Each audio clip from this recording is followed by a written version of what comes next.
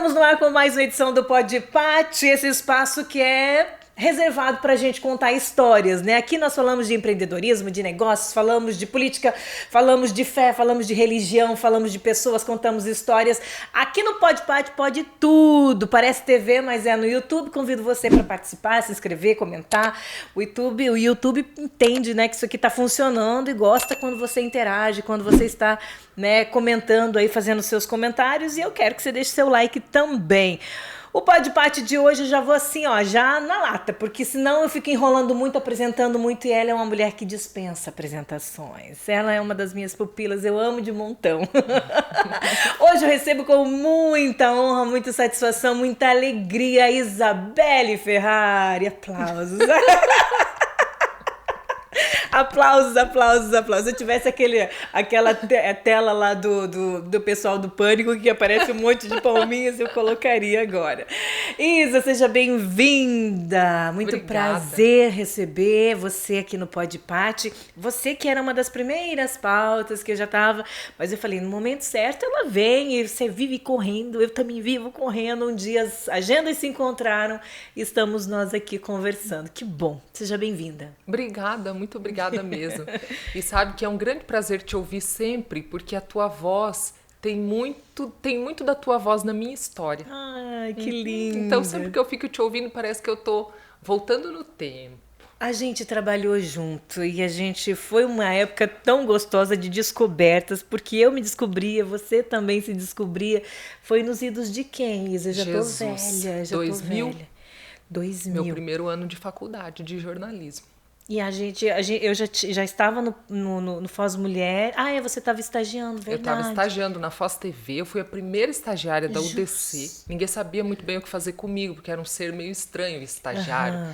Porque a minha turma foi a primeira turma da faculdade, não só de jornalismo, da UDC como instituição de ensino superior. Se eu não me engano, era gente e arquitetura. E o meu contrato de estágio foi o primeiro contrato assinado, então ninguém sabia muito bem assim o que fazer com estagiário de jornalismo e tal. Aí eu me lembro disso, eu me lembro que um dia você apareceu com um relatóriozinho para eu assinar, eu falei assim, até na época assim eu fiquei pensando, e nem a UDC também estava entendendo que ela tinha que estagiar a galera, né? Não tô falando da Foz TV, tô falando da UDC, a própria instituição, a gente não sabia, eu como estagiário também não sabia, era tudo novo, né? E assim, sem querer, eu nem conseguia dizer, hoje nós falamos tanto em mentoria e tudo mais, né? Mal sabia a função e que é uma responsabilidade isso, né? Mentorar. Mas vocês cumpriram muito bem. Ai, nossa, eu me sinto assim extremamente elogiada nesse momento. Mas com certeza. Porque era um desafio, a gente fazia na raça as coisas, né? E na raça mesmo, Isa. Você lembra quando a gente pegava fita de videolocadora para ilustrar? Sim, gente. Para cobrir as matérias. Só que aprender desse jeito, Patrícia, me deixou pronta para resolver o que fosse depois. Exatamente, né? E vinha do nada essas ideias na cabeça da gente. Isa, os desafios eram enormes. E as pautas, a elaboração de pauta, porque criar um entretenimento, o jornalismo de entretenimento é muito curioso, porque ele cobre os padrões, ele precisa, né, preencher aqueles padrões de comunicação que a gente precisa ter, mas fazer com que as pessoas se interessem por isso é muito gostoso. Eu me recordo de uma matéria que você fez que foi maravilhosa, gente. A Isa trocando um pneu, né? Mulher. Aí eu lembro disso. A gente trocou o pneu do carro da equipe. Exato. Eu lembro disso. E você colocou a mão na massa. Aquele serviço era gostoso. Eu me lembro que era muito interessante. Mas olha só, nós já estamos enveredando pro backstage já da história. Eu quero saber antes. Essa semana eu estava conversando com uma admiradora sua e falava assim, a Isa sempre foi a comunicadora da classe, todo mundo procurava a Isabelle. Isa, vamos contar essa veia jornalística desde pequena mesmo? Que coisa maluca isso. Demorei para entender, porque realmente era um instinto, era uma coisa meio sem explicação, assim. Os meus pais eram comerciantes na época, né? São ainda. Não tinha nenhum jornalista na minha família próximo. Pra você dizer assim, me inspirei. Ai, me inspirei nele. Aí eu tive um primo que se formou em jornalismo no Rio Grande do Sul, ele atuou pouco e tal, então eu não tinha contato com ele, eu realmente não conseguia entender de onde que vinha aquela paixão, aquela coisa. E aí, na adolescência, eu comecei a jogar vôlei. E aí, quando as equipes iam gravar nas quadras, eu ficava doida. Eu ficava olhando e falava, gente, que coisa interessante. E eu até considero que talvez os meus técnicos achavam que eu não tinha muito jeito. Não sei se para dar entrevista ou não era talvez uma das melhores jogadoras, porque nunca eu dava entrevista. Eu era doida para participar daquilo, sabe? Uhum. Só que tinha um detalhe também, que você vai lembrar bem por ter sido uma das minhas primeiras professoras. Eu falava assim. Eu tinha uma disfunção de fala muito marcante. Sim. Uhum. Então, provavelmente... Só que na época você já tratava isso. Você já estava trabalhando. Né? Ela já tinha dado uma boa melhoradinha, assim. A gente já estava percebendo a sua dicção bem mais aberta e tal. Então, pode ser que não me escolhiam por isso também, para dar entrevista. Mas eu ficava doida para ir lá, porque eu tinha na minha cabeça desde que... Por que chamava a sua atenção eu não isso? sei. Até hoje, assim, porque assim... Tem algo que a gente às vezes fala assim, sabe o menino, o Ed Queiroz, que trabalha conosco, é amostrada, é uma mulher amostrada, que ele quer dizer assim, que a gente já tá querendo se apresentar. Mas a gente, era um serviço que parece que aparece antes na gente, não sei, é um desejo de ser útil e ser porta-voz de algo bom ou que seja, né, correto. Parece que é isso que nos motiva, assim, pra mim, eu trago a comunicação nesse pé. Tem muito a ver com isso. Eu sinto um prazer quando eu estou contando alguma coisa para alguém e eu vejo que a pessoa se interessa. Que bárbaro isso. Talvez seja isso. E isso tem muito disso no ato de reportar, justo, né? De ser repórter. Então eu dizia que eu queria ser repórter, não é? Depois que eu fui entender que eu precisava me formar em jornalismo para partir dali atuar como repórter.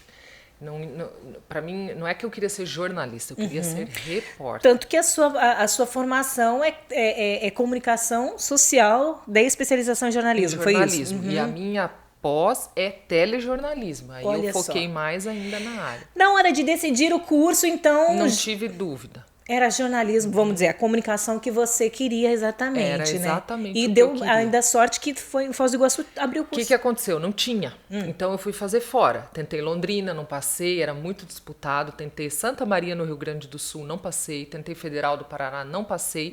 E eu passei em letras na UniOeste. Sim. Aí eu pensei, bom, então eu vou estudando letras nessa universidade que é pública e bem conceituada.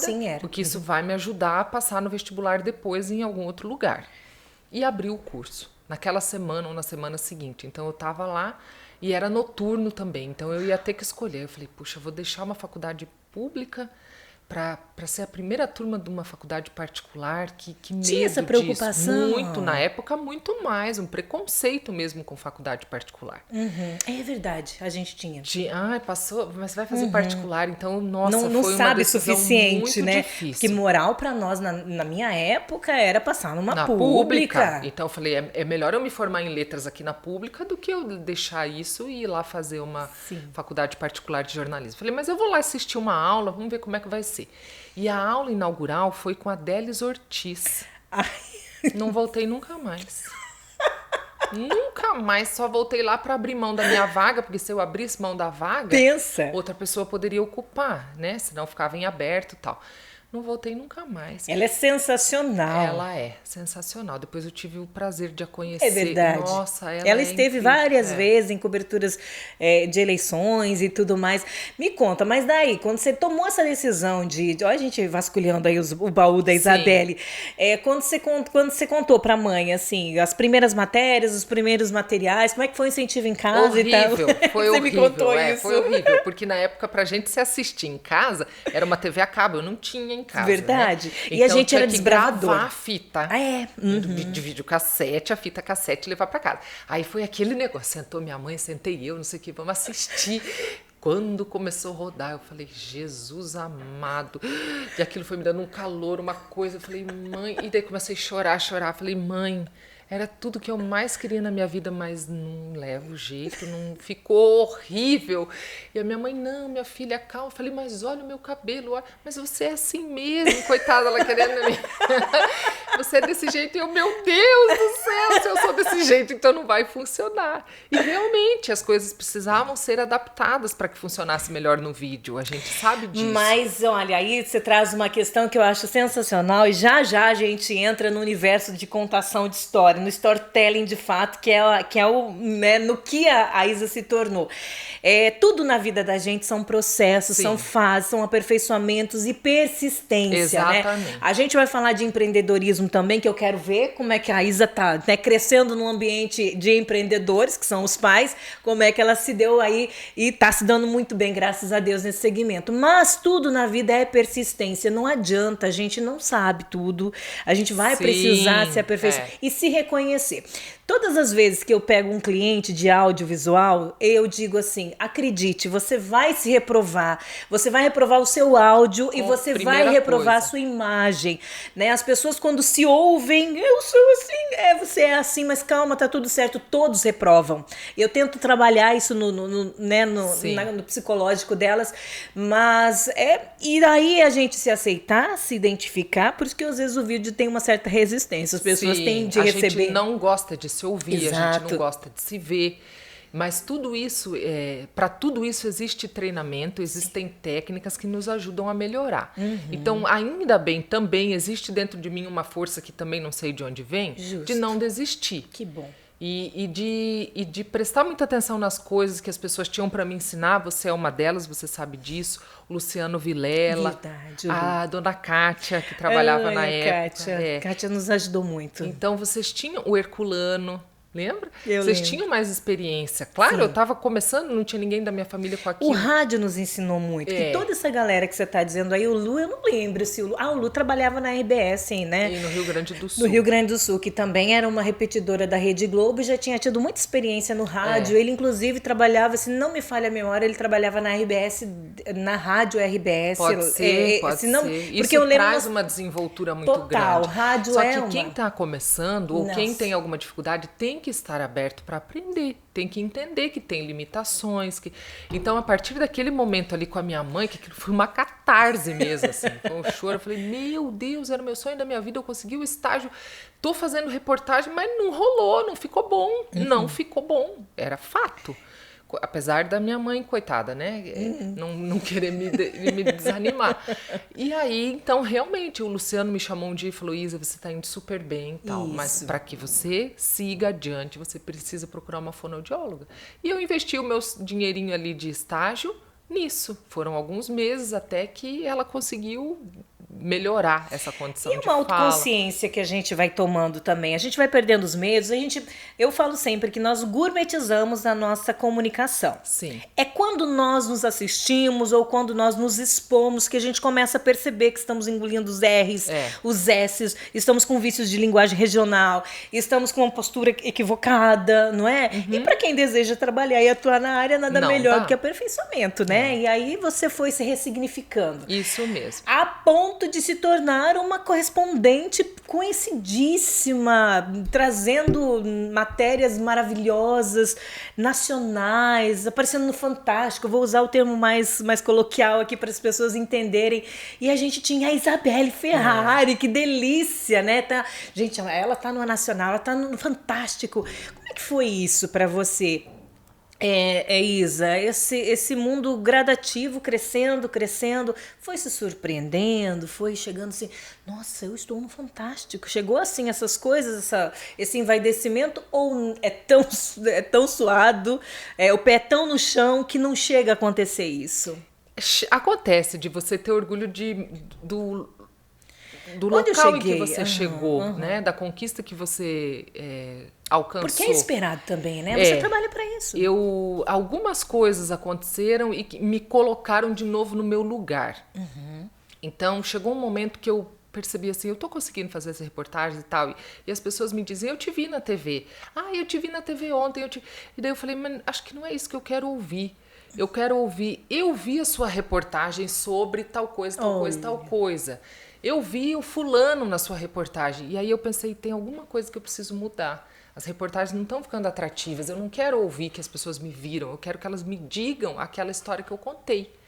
E aí eu fui fazendo algumas mudanças por conta, assim, por instinto, fui percebendo quando eu chegava na redação o que os meus colegas, pelo que eles se interessavam, porque afinal eles são humanos assim como aqueles que iam assistir. E são os nossos primeiros ouvintes, né? Eu sempre falava na rádio que o meu operador de áudio, né? Você trabalhou também um pouco. Você fez rádio? Não, fez um pouco? Só na faculdade.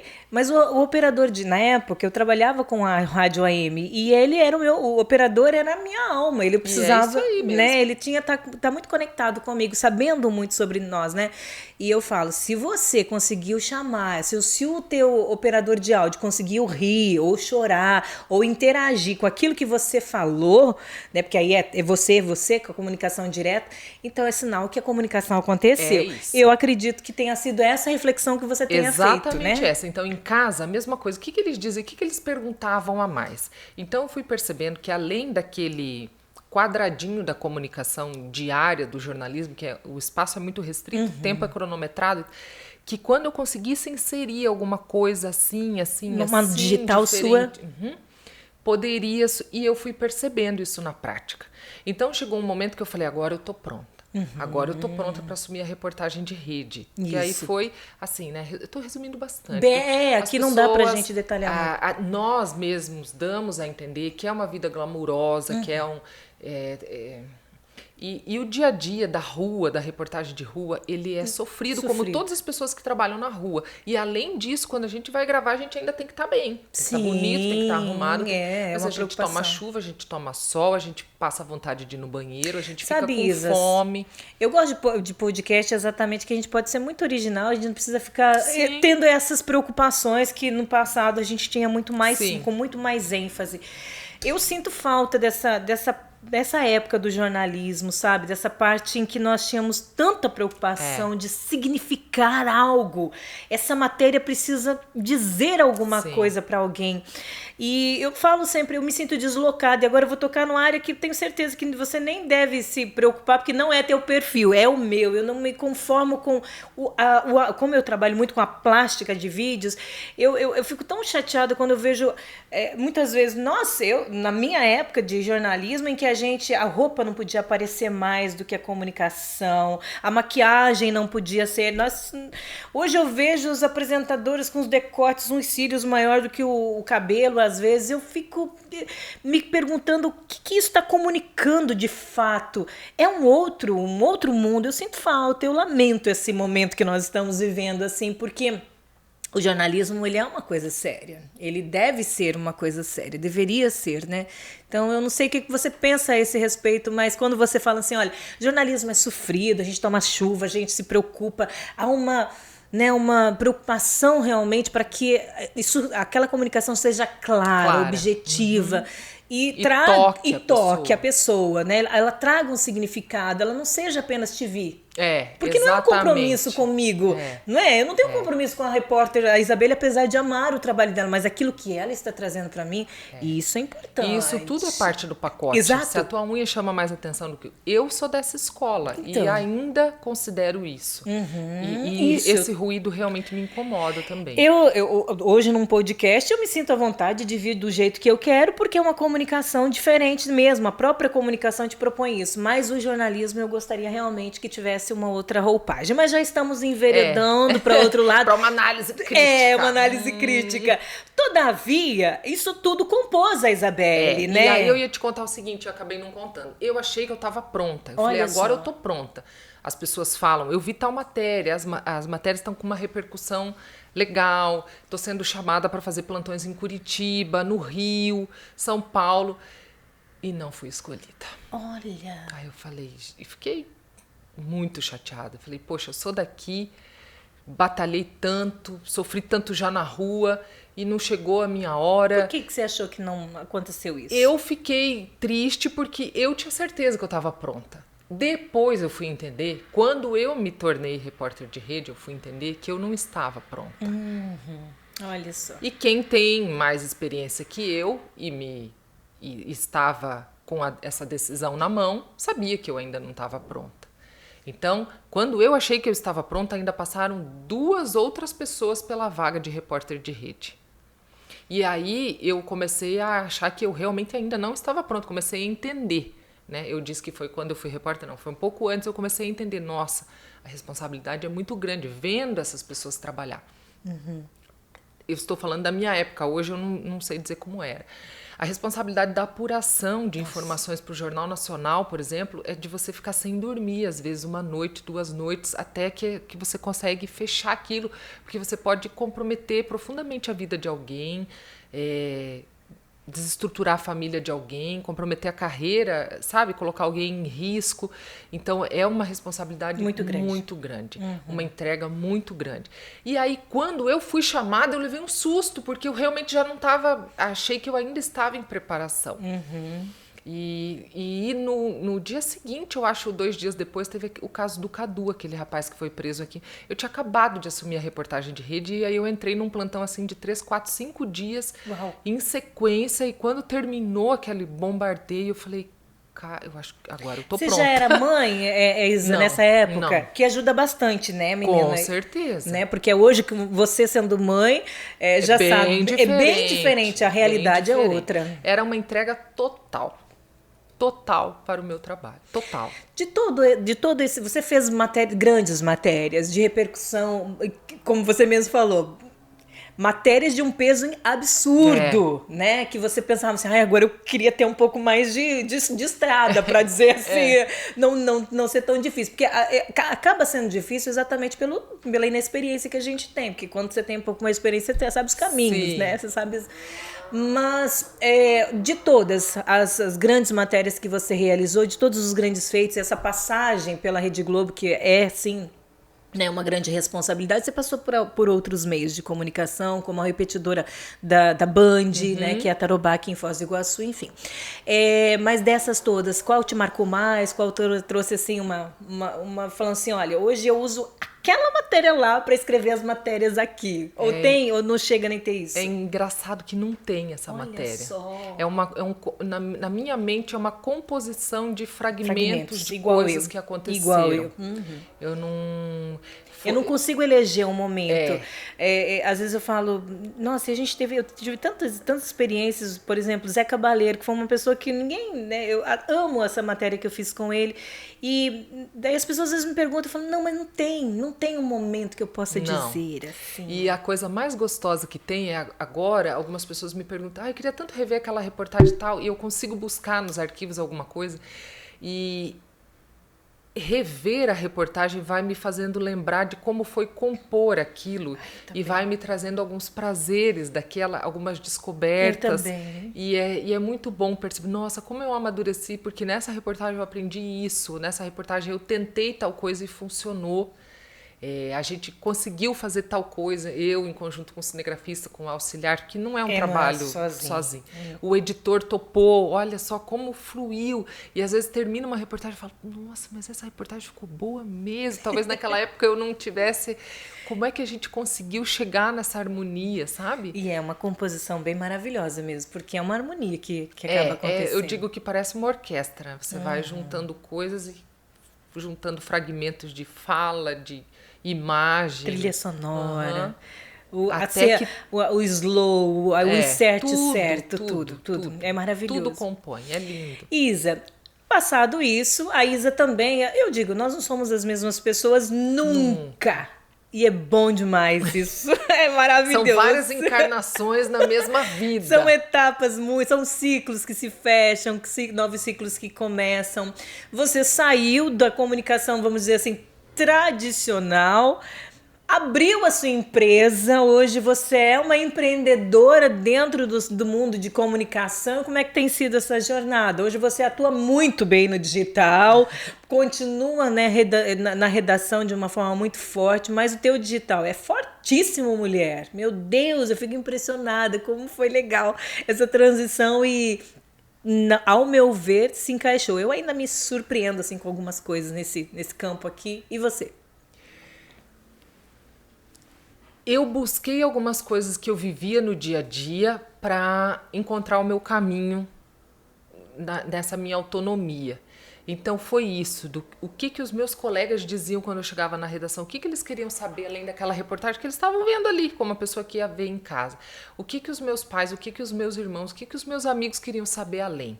E então eu fui estudar um jornalismo que eu não sabia que existia, que se chama jornalismo literário. Então o jornalismo literário ele tem todas as técnicas do jornalismo e tal, só que ele abre espaço para o bastidor, para a poesia, para o encantamento, para tudo mais. Ele solta um pouco as amarras do jornalismo diário. E a partir do jornalismo literário, fui aprender sobre storytelling, sobre roteiro e sobre contação de história, que não deixa de ser. E me especializei, então, em histórias reais. E estudando histórias reais, a gente começa a perceber que as histórias reais elas têm uma vibração, uma energia própria, e isso está além da nossa capacidade de domar. Às vezes uma pessoa quer escrever um livro, ela começa a contar e aquilo vai criando um movimento que passa no meio dos nossos dedos, a gente não consegue controlar. E aí eu fui estudar outras coisas para poder também lidar com isso. Então, constelação familiar, algumas terapias para eu poder ajudar as pessoas, me ajudar. Entendi. E deixar fluir essas histórias da maneira como, sem julgar, sem querer que elas fossem pelo caminho que eu gostaria que elas fossem, porque às vezes elas têm outra... E queira ou não, a gente às vezes essa linha é muito tênue. Para você não colocar o dedinho ali e falando assim, olha, vamos por esse lado, isso, né? Querer ser o diretor daquela história que não é tua. E a história não deixa, não adianta você querer, porque ela vai te botar no teu lugar. Vai sim. E aí eu fui estudar essas coisas para compreender esse movimento. E também fui estudar sobre mim, sobre a minha história real, os meus antepassados. Mulher do céu, aí você mergulha num mundo aí que fantástico. Eu descobri por que eu tinha aquela vontade, talvez seja essa a explicação. Porque o meu bisavô, que se chamava Pedro, assim como o meu filho, que quando eu dei o nome do meu filho eu não sabia, o meu filho se chama Pedro Ferrari Becker, o meu bisavô se chamava Pedro Ferrari. Uau. O Pedro Ferrari era um contador de histórias. Ele usava fantoches e marionetes e contava histórias na casa dele, na casa dos vizinhos, então ele montava cenários e contava histórias. Coisa mais linda. Coisa mais linda. Então... tá no meu DNA. Aí a gente responde a pergunta, né? Responde aquela tua primeira lá pergunta. No final. Onde vem esse ânimo de contar tantas histórias? Ou de querer fazer comunicação? De querer que as pessoas se interessem por aquilo e tudo. O filho dele, que é o meu avô, Generino Ferrari, já falecido, escreveu um livro sobre a família, tudo. Então eu não tinha me tocado. Mas o meu avô não era jornalista, não era nada disso. Ele era viajante, viajava, vendendo. Talvez porque a profissão não fosse tão difundida, né? Que se tivesse, ele teria sido, né? Mas era um excelente comunicador. Então eu leio o livro dele, leio as coisas que ele deixou e digo, gente, estava no sangue dele. E você foi nesses autos, nesses garimpar esses documentos? Ainda garimpo, queria ter mais tempo para fuçar. Queria ver foto deles, queria ver o rosto do Pedro, como era o rosto dele. Que lindo que deveria ser, né? Porque hoje você faz isso com as histórias com que outras você... pessoas. Né? Gostaria de ainda ter mais tempo para fuçar mais na minha. Que mais que você descobriu na sua história? Descobri que Pedro era casado com Júlia. Júlia é minha filha também. Então, por que a gente faz isso? Eu não sei, porque eu não escolhi por causa dela. Você nem sabia da história, né? Depois eu sabia, mas era um nome que eu sempre quis. Então, hoje eu tenho Pedro e Júlia como filhos e Pedro e Júlia foram meus bisavós. Né? Ele era o contador de histórias. Então, assim, dizer que é uma coincidência, acho meio... delicado, né? Leviano, talvez, até. Né? Porque ela faz parte da sua história, de alguém que se inclina tanto para a história, esquecer a própria história nesse nível, ou não valorizar, né? Não validar esse episódio, aí não, né? Mas, Isa, e depois? Aí, conhecendo isso, o que te fez entender um pouco mais da sua atuação? Porque... gente, você se tornou uma resgatadora da história de Foz do Iguaçu. Se a gente quer saber algo conciso, importante, relevante, com fatos e com contos mesmo, a gente vai buscar em você. A referência, não, procura a Isabelle, que ela vai saber de tudo. Eu tenho até medo disso, porque, na verdade, eu sei sobre algumas coisas. Não, mas e quando eu não sei, eu peço ajuda para as outras pessoas que me ensinam. Então tem muita gente que sabe sobre a história da cidade, pesquisa, mas as pessoas ficam anônimas, talvez não se manifestam como eu me manifesto e peço que as pessoas valorizem e chamo as pessoas para valorizarem isso também.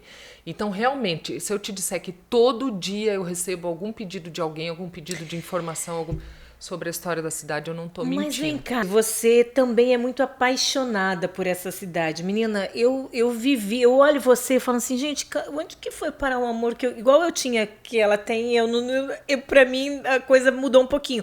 Mas você é apaixonada pela cidade. Eu vi um post que você fez na frente da Santa Casa, antiga Santa Casa, que você, em lágrimas, né? Você estava em lágrimas por conta da demolição. Eu também, foi isso, né? Você estava falando sobre isso. E eu falei, gente, realmente faz parte da história. A gente tem poucos monumentos, né, históricos aqui. E cada vez menos. E se perdendo assim, e ninguém fazendo nada. Quando, por exemplo, aqui a APMI, você lembra da APMI? Eu estudei nessa escola. Nossa. Quando foi para demolir... ou melhor, que foi construído, né? Foi repaginado, tudo.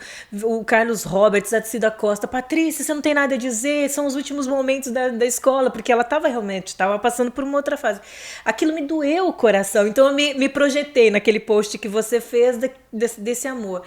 E o que você acha que a cidade deveria fazer, a população deveria fazer em relação a essa história que vai se perdendo, assim? Quando eu viajo, Patrícia, e eu vejo...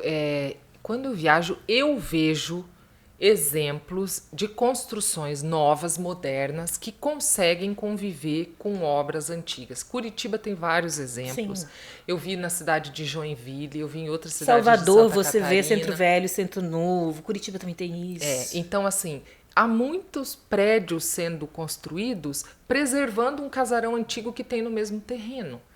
Então, eu acredito que está mais no pensar um pouquinho mais, no valorizar um pouquinho. Você não precisa deixar de fazer teu investimento, mas como é que você vai incorporar aquela preciosidade que você tem ali, que pode te trazer lucro da mesma forma, porque hoje o turismo de experiência está super em alta.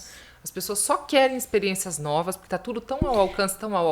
Imagina em Foz isso. Imagina isso em Foz. Então, eu acredito que é preciso haver uma mudança na forma de pensar, sabe? Entendi. Não consigo preservar tudo, mas você parte e conte a história daquele lugar, se conecte com as pessoas, faça isso fazer parte do teu negócio que você vai criar ali. Eu tenho certeza que vai dar certo. Só que não. Você acha que precisa políticas públicas, uma mentalidade? Isso eu acho que...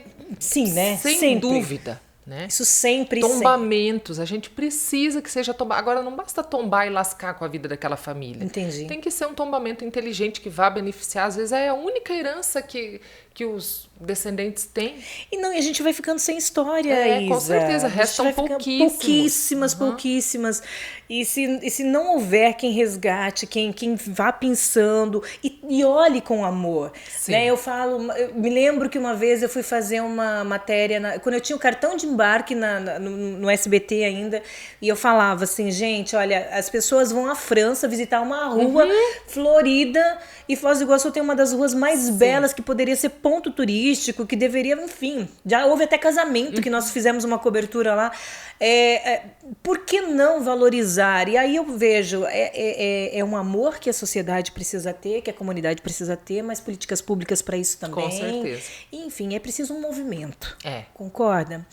Recentemente você resgata aí, trabalha em cima de um nome importante para Foz do Iguaçu, que é Santos Dumont. Me conta esse projeto todinho aí. E eu ia te dizer o seguinte, quando eu não vou atrás das histórias, elas vêm atrás de mim. Então eu falo com mortos. Eu tenho uma coisa assim. E eu digo, eu já entendi Santos Dumont. Tá bom, eu vou fazer. Espera um pouquinho, tô terminando meu trabalho. Tá. Dona Elfrida Engel, eu digo que é minha amiga. Cada pouco ela me fala, Isabelle, tá bom. Me vem as intuições, eu digo, de algum lugar tá vindo esse negócio. Tudo bem. Passo na frente da casa o Harry Schink, que foi o nosso primeiro fotógrafo, a primeira pessoa que registrou cenas do cotidiano da cidade. As pessoas vinham com máquinas fotográficas. As pessoas nem sabem da existência. Fotografavam cataratas. Ele não. Ele fotografava a cidade. Além disso, ele tinha vamos sei lá, uma sala de atendimento de saúde na casa dele. Então ele atendia o que levou uma facada, o que quebrou o braço. Ele atendia. A casa dele tá ali, tem mais de 100 anos, uma casa de madeira no fim da 3ª pista da JK. Então eu passo ali e falo com ele, falo: Chink, cuide da sua casa. Chink, presta atenção, cuida da sua casa. Só você que pode fazer alguma coisa. Infelizmente, as nossas políticas públicas são falhas. Os herdeiros, ali por exemplo, tem 5, 6 pessoas envolvidas, então até se chegar a uma conclusão com aquilo, enfim. Então, sim, falo com mortos. Quando eles não vêm falar comigo, eu falo com eles, peço ajuda, porque essas histórias precisam, sim, ser resgatadas, ser preservadas.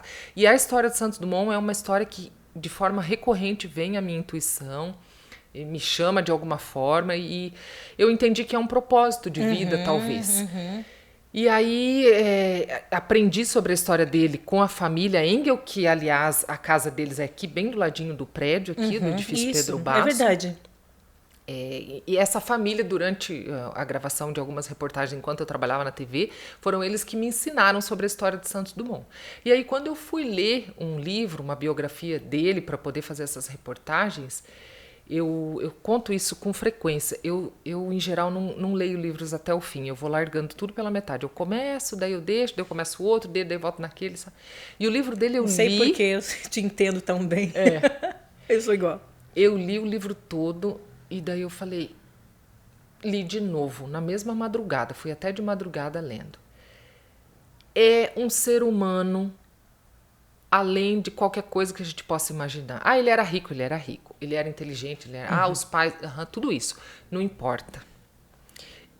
Ele não inventou só o avião. Não. Ele fez muitas outras coisas por nós e por Foz do Iguaçu, inclusive. Então, essa é uma história que, de décadas em décadas, ela vai para debaixo do tapete, sabe? Então, deve ser que eu tenho algum propósito com isso. Juntei um grupo de amigos, a gente montou uma exposição, é a primeira vez na história que se faz uma exposição. Foi premiada, me conta isso. E dessa exposição a gente começou com esse envolvimento com a história de Santos Dumont. Aí a cidade onde ele nasceu lançou um concurso e eu inscrevi essa história e a história foi vencedora. Que maravilha. Em Minas Gerais. Por que ele veio parar aqui? O que aconteceu? Ele já era uma celebridade mundial. Para nós é como se ele fosse Neymar... Sim, ele já era Cristiano conhecido. Ronaldo, ele era um esportista, inventor, que já tinha voado. Fazia 10 anos que ele tinha inventado o avião. Então ele estava participando de congressos de aviação na América Latina. Olha só. E quando ele frequentava feiras internacionais, lançaram o telefone, lançaram não sei o quê. O governo da Argentina divulgava as cataratas nessas feiras. Então ele já sabia que tinha do lado da Argentina. Então ele veio visitar. Ele não veio para cá. Não veio para cá. E aí um hoteleiro pioneiro, que é o Frederico Engel, que foi buscá-lo.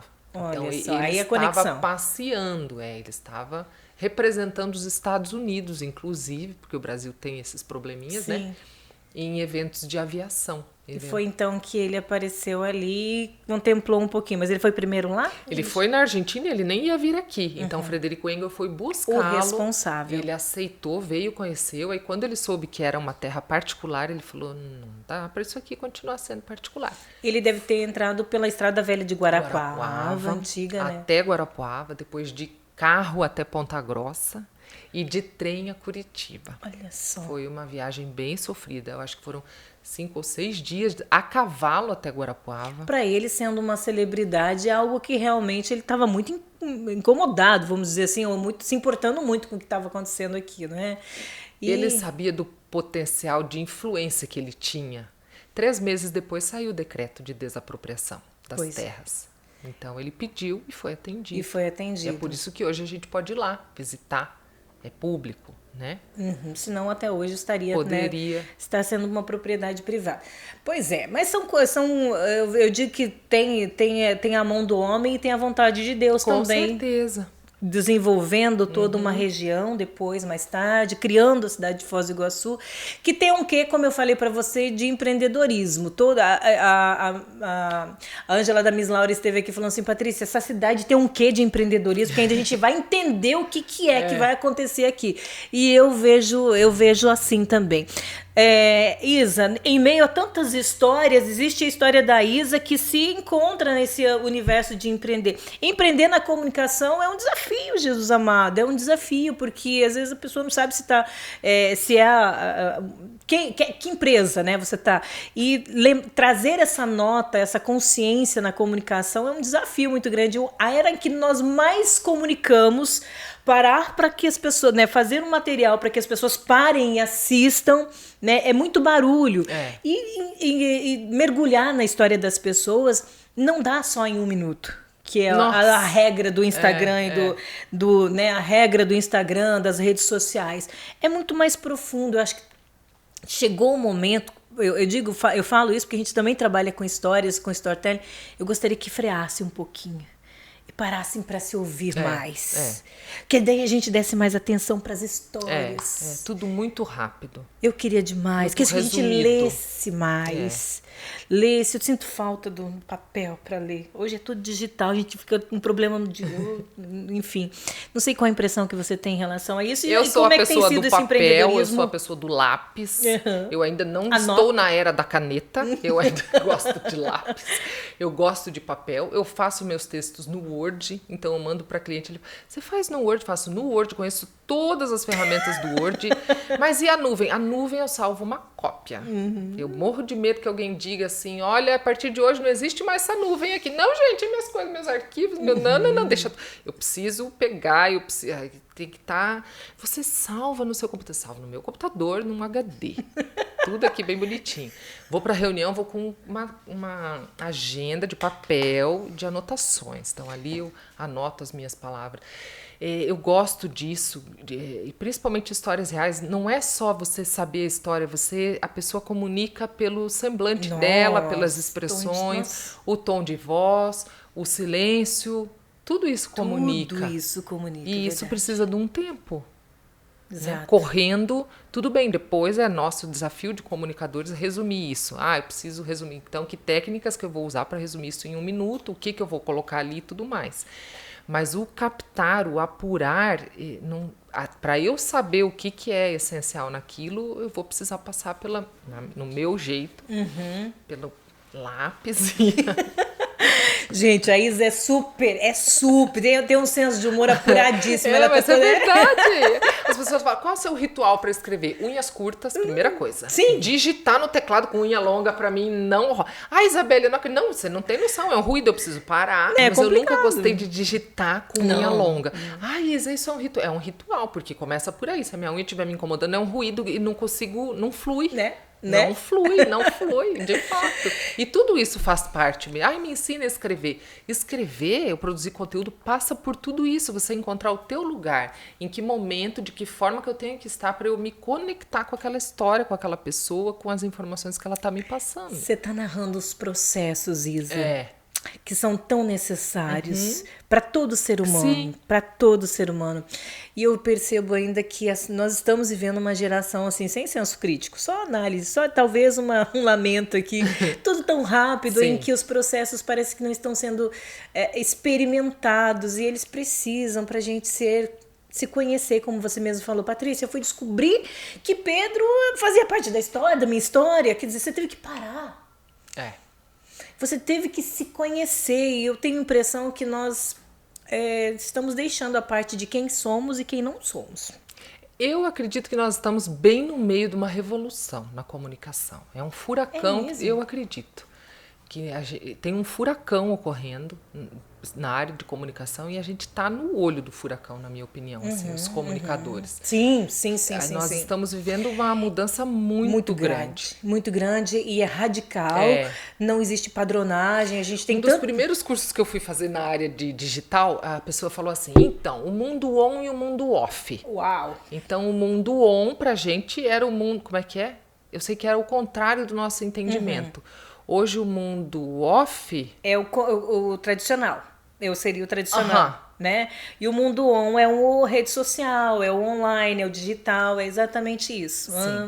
E eu dizia, não, gente, não é isso sim. Nossa, é outro entendimento, diferente, né? Isso tá on, isso tá off. Off pra mim era... Era exatamente o contrário. Uhum. Então, é uma mudança de entendimento, é uma mudança de estilo de vida, é uma...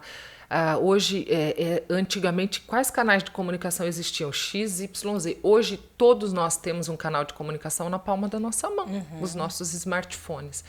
E eu só entro ao vivo no Instagram, no Facebook, quando eu tenho uma coisa muito importante para dizer. Nem entro, se eu vejo amor. entrar ao vivo por qualquer motivo, eu digo, aquilo para mim é uma ofensa. Porque no meu tempo, eu tenho 40, não faz tanto tempo assim. Tinha que reservar horário na Embratel de satélite para fazer uma transmissão ao vivo. Então, era caro e tinha que ser uma informação muito relevante, você tinha que estar lá posicionado certinho, não sei o que tal. Hoje em dia, daí entra ao vivo. Não, só entra ao vivo, você tem uma coisa muito interessante para mostrar. É um culto. Mas é um ritual, né, que a gente faz, né? Mas tá mudando. Tá mudando. E eu digo o seguinte, porque eu não sei quanto a você, mas eu tenho uma grande barreira com rede social. Por quê? Porque para nós não é uma novidade estar no vídeo.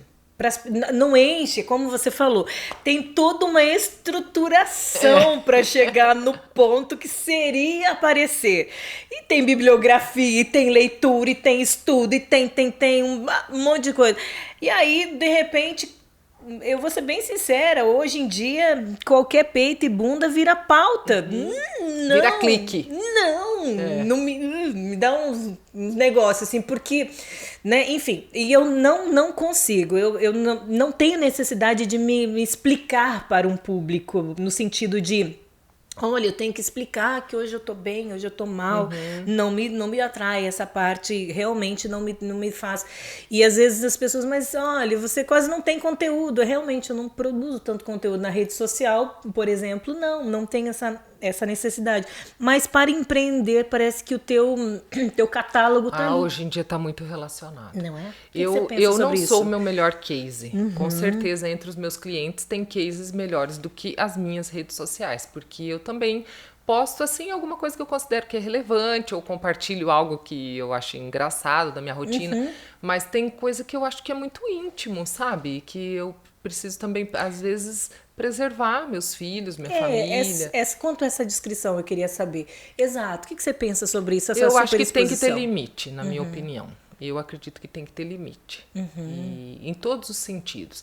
Então, eu já sei as regras para você avançar em número de seguidores e não sei o quê. Eu também sei. Mas não aplico.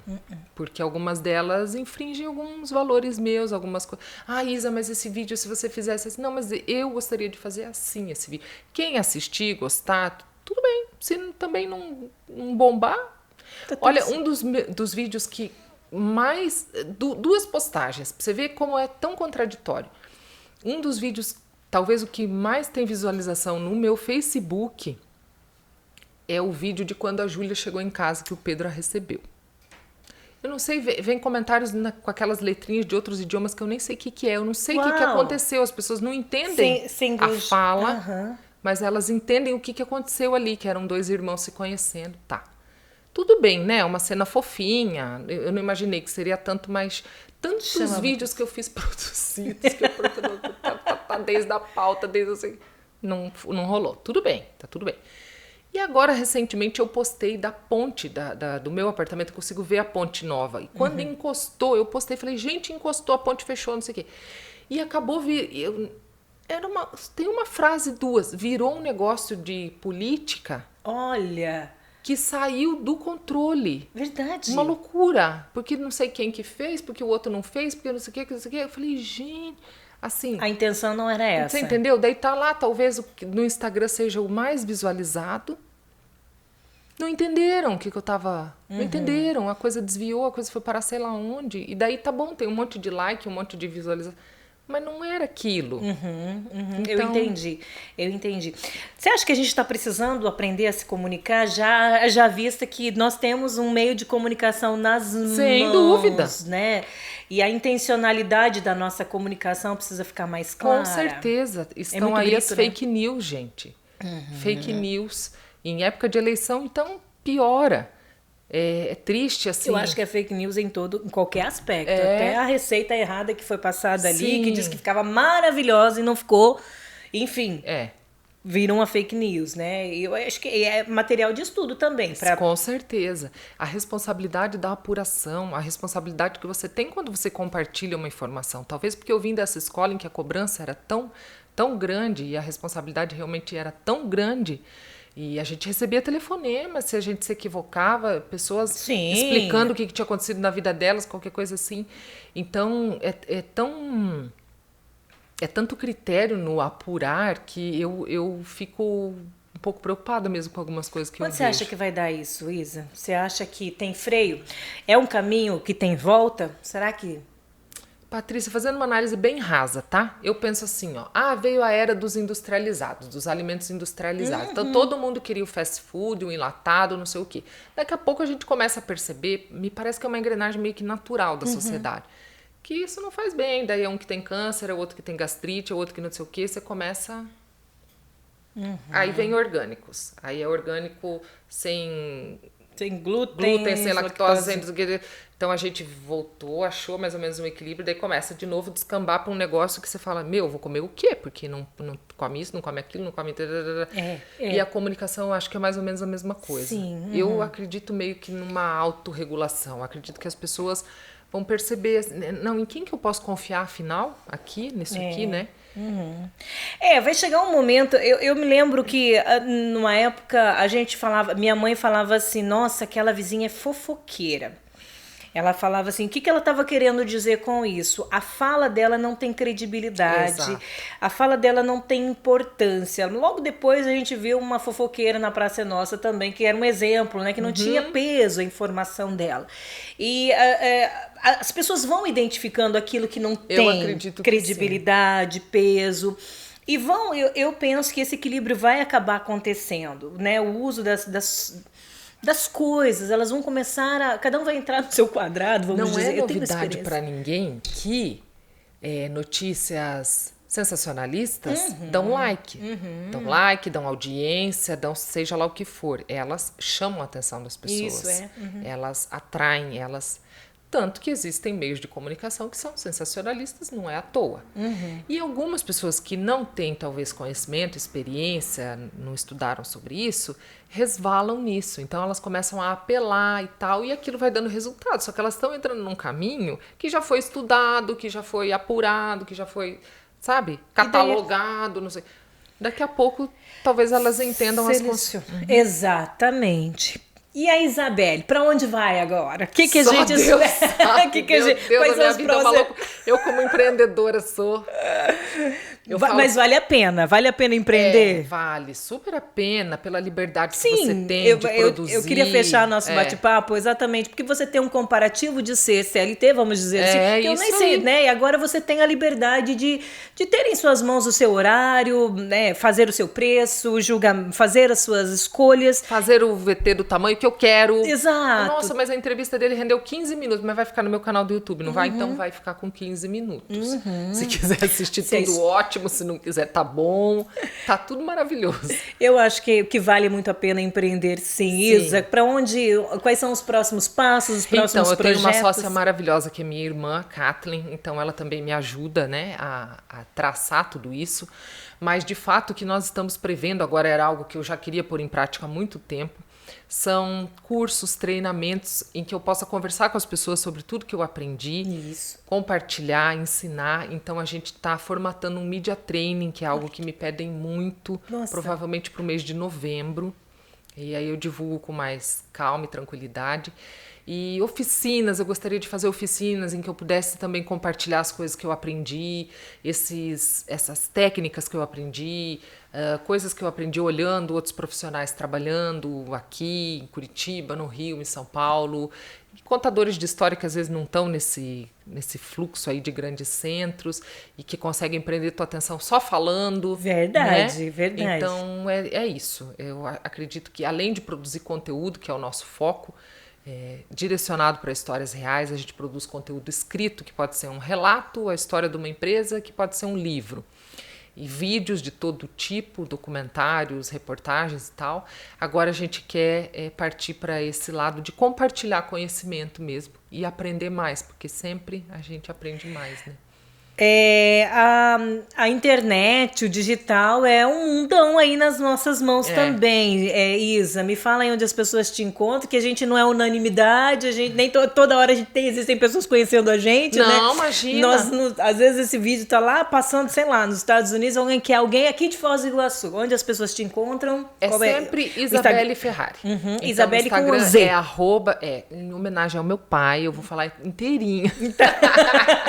Porque ele me deu um nome que é com Z, 2 L's. Isso virou meu sobrenome. Então, eu sou a Isabelle com Z, 2 L's e Isabelle Ferrari. Exatamente. Bom, ali as pessoas vão te encontrar no Instagram. No Facebook e no YouTube. No YouTube também. Isa, foi uma honra falar com você, um privilégio, sempre cheio de conteúdo, cheio de experiências. Entregue os meus mimos e abraços para as crianças, o Pedro, a Júlia, o maridão também. Você também empreende em outras áreas e a gente fica muito feliz em saber que você tem prosperado, tem crescido, mas não tem perdido a essência. Então continue com essa veia empreendedora, com essa comunicação cheia de vida e volte a casa, né? Volte aqui ao Pode Pate quantas vezes quiser para contar novas histórias e trazer novos projetos. Obrigada. Obrigada a você. E realmente é uma fase muito interessante porque tá muito claro para mim que contar histórias cura. Quando a gente conta a nossa própria história, a gente se cura, né? Cura de traumas, de coisas. Então, que as pessoas contem suas histórias, compartilhem e estamos todos aqui, os comunicadores, à disposição para ajudar. É verdade. Gostou, né? Ai, que gostoso falar com gente que entende do assunto, né? Semana que vem tem mais um Pode Pate. Eu espero que você tenha gostado. Curta, compartilhe, comente. A gente se fala, se Deus quiser, na próxima semana. Forte abraço, pessoal. Tchau, tchau.